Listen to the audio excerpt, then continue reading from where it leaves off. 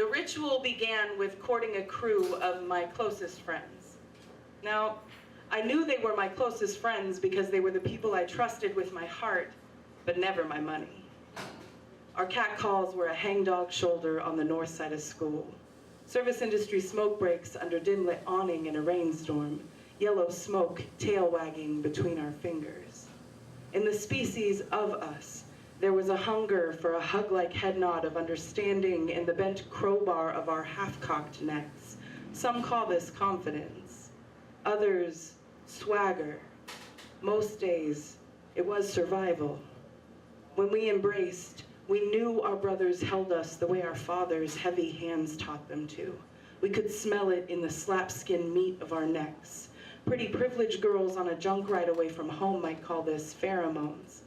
We understood it as love. The crew would rally everywhere together, connected at the hip, the hemline, the jugular taste of uncut.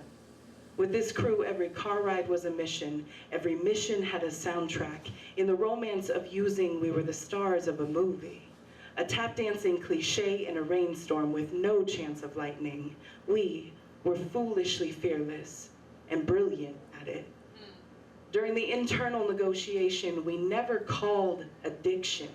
Shame was a closet of hats, constantly redefining our habits' rationalization, cataloging and recataloging our histories as if living it wasn't enough the first time.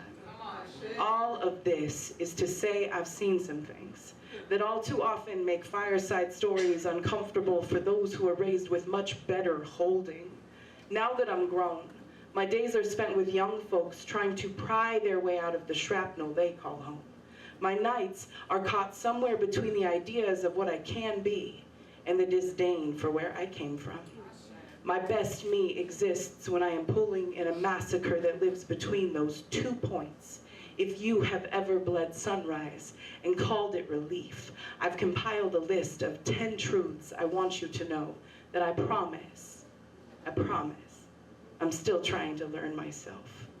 1, you are better than a story about what not to do.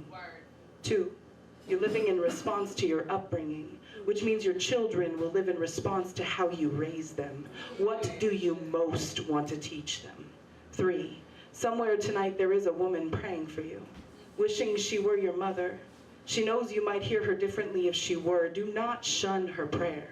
Let it crowbar your liquid shoulders. We all have rusted parts. 4, be more than a patinaed lawn decoration for the wealthy. 5, some of us have to choose new places to come from.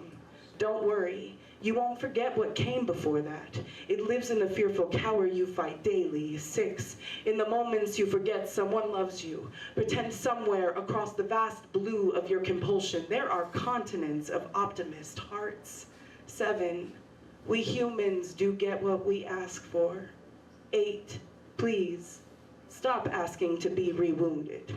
You have branded yourself with scars that will not disappear with the skin slack of old age. 9, most days our bodies are temple wars. Honoring them wholly is as much a practice as breathing. 10, get in the habit of affirming you are holy with each breath. Brave words like loved and beautiful. Say, I am holy. My walls are that of a temple. I am sacred. Sacred does not mean pristine. I am beautiful. I am landslide and crater shake. I am human in all the faults that build me. I am loved.